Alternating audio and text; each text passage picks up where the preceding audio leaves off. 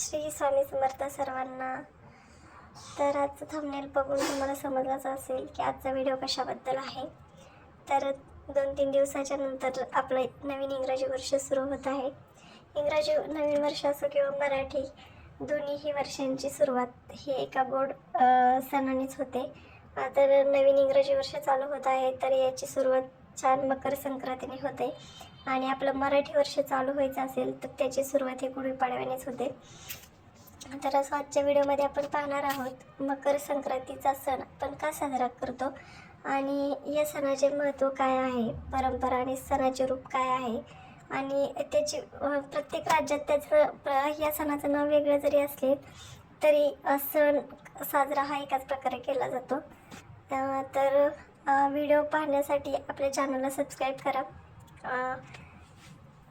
आणि तुम्हाला व्हिडिओ कसा वाटला हे देखील कमेंटमध्ये नक्की सांगा. मकर संक्रांत म्हणजे काय, तर मकर संक्रांत हा हिंदू धर्मातील एक महत्त्वाचा सण आहे जो की सूर्यदेवाच्या मकर राशीत प्रवेशाच्या दिवशी साजरा केला जातो आणि याची सुरुवात हिवाळ्यातून उत्तरायण सूर्याचा उत्तर दिशेला फिरण्याचा प्रारंभ दर्शवतो.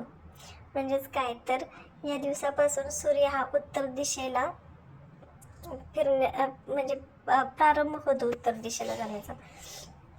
तर हा सण का साजरा करतात, हा सण हिवाळ्याच्या शेवटी साजरा केला जातो आणि नवीन शेती हंगामाच्या प्रारंभात येतो. लोक सूर्यदेवाचेही आभार मानतात या दिवशी आणि नवीन पीक व समृद्धीसाठी प्रार्थना करतात.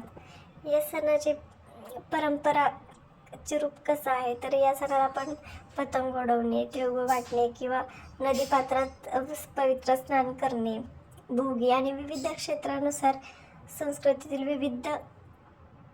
विविधता आणि परंपरा साजऱ्या केल्या जातात. म्हणजे की प्रत्येक राज्यात हा सण साजरा केला जातो पण याचं नाव वेगवेगळं आहे. जसं की गुजरातमध्ये याला उत्तरायण म्हणतात, तमिळनाडूमध्ये याला पोंगल म्हणतात, तसंच पंजाबमध्ये लोहरी या नावाने हा सण साजरा केला जातो. त्याचे खास पारंपरिक पदार्थ, खेळ आणि विधी आहेत. आणि महाराष्ट्रात या दिवशी आपण तिळगुळ घ्या गोड गोड बोला म्हणून तिळगुळ वाटतो आणि हे प्रेम आणि गोड नातेसंबंधाचे प्रतीक मानले जाते. तर आज आपण जाणून घेणार आहोत की मकर संक्रांती सणाचे महत्त्व, परंपरा आणि शास्त्रीय कारणे.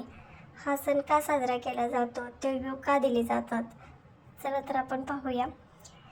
मकर संक्रांत म्हणजे काय, तर मकर संक्रांत हा हिंदू धर्मातील एक महत्त्वाचा सूर्यापासनाचा सण आहे. या दिवशी सूर्य मकर राशीत प्रवेश करतो आणि सूर्याचे उत्तरायण सुरू होते, म्हणजेच हिवाळा कमी होऊन उन्हाळ्याची सुरुवात होते.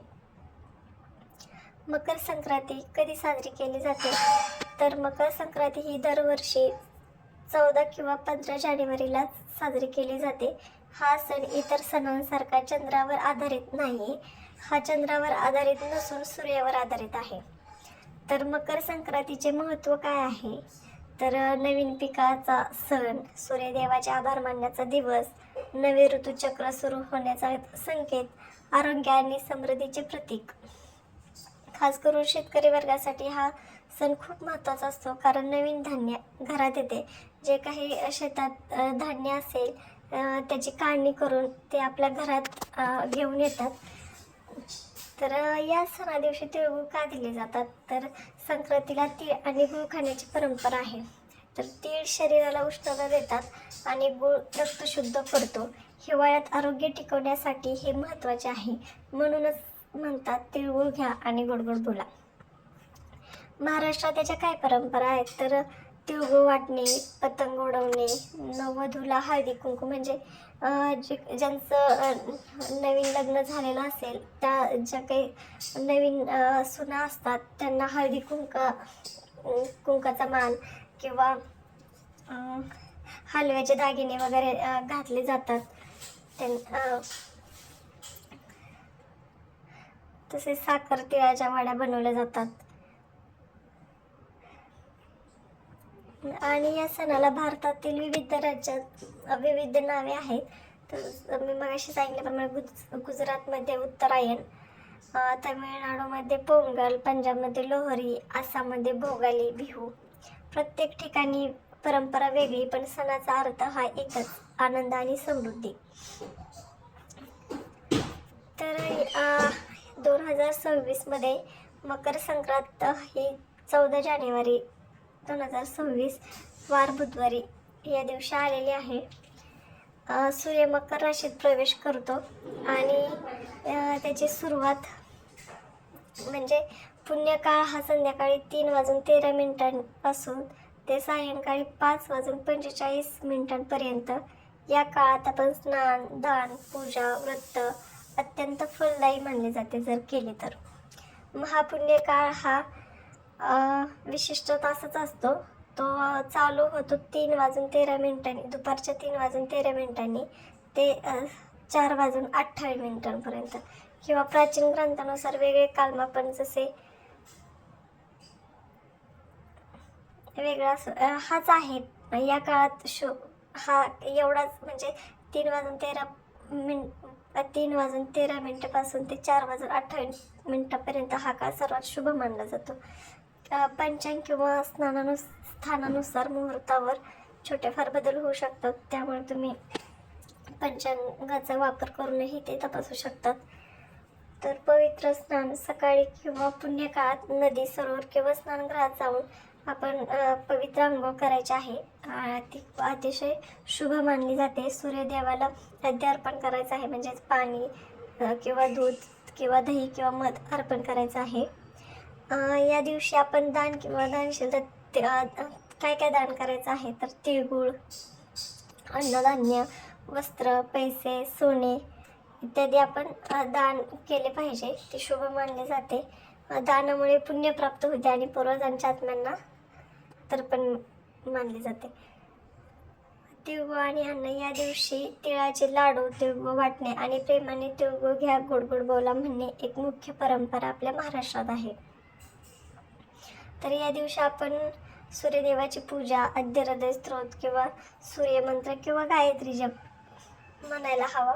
हे खूप शुभ आहे. सूर्यदेवाचे आभार आणि नवीन ऋतूंची शुभकामना या दिवशी केली जाते. तर तसेच आपल्या घरात छोटे मोठे मुलं असतील ते पतंग उडवतात किंवा कुटुंबासोबत सहभोजन करणे, काही भागात पतंग उडवणे व कुटुंबासोबत खाणे जसे पुरणपोळी किंवा विशेष पदार्थ बनवले जातात आणि आनंदाची परंपरा ही साजरी केली जाते. सामान्यतः नियम याचे आहेत की व्रत, अन्नात पवित्रता राखणे, शारीरिक आणि मानसिक शुद्धता महत्त्वाची आहे. संध्याकाळपर्यंत सर्व पूजा तसेच दान पूर्ण करायचे आहे. घरातील शांती आणि नातेसंबंधांचा आदर करायचा आहे.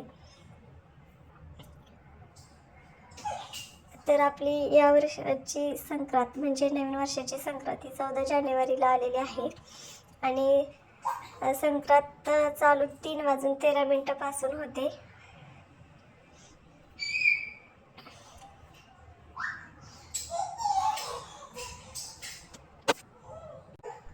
तर या वर्षाची संक्रांत ही पिवळ्या रंगावरती आलेली आहे. त्यामुळे या दिवशी आपण पिवळा रंग म्हणजे घालायचा नाही आहे. जे काही महिला असतील त्यांनी साडी वगैरे पिवळ्या कलरची घालायची नाही. तसे आपल्या इथे हिरवा किंवा लाल रंग हा शुभ मानला जातो. संक्रांतीला या कलरची लाल किंवा हिरव्या कलरची साडी घातली तर उत्तमच आहे. आणि इतर दुसऱ्या सणांना किंवा इतर दिवशी काळा कलर हा अशुभ मानला जातो. म्हणजे बहुतांश लोक ही काळा कलर घालतच नाहीत, पण स्पेशली या संक्रांती दिवशी काळा कलर हा खूप शुभ मानला जातो. विशेष करून ज्या काही नवीन लग्न झालेल्या मुली असतील त्या हलव्याचे दागिने वगैरे घालून हे करतात, हा सण साजरा करतात. तर अशा प्रकारे आपल्या महाराष्ट्रात मकर संक्रांती हा सण साजरा करतात. तर तुम्हाला हा व्हिडिओ कसा वाटला हे कमेंटमध्ये नक्की सांगा.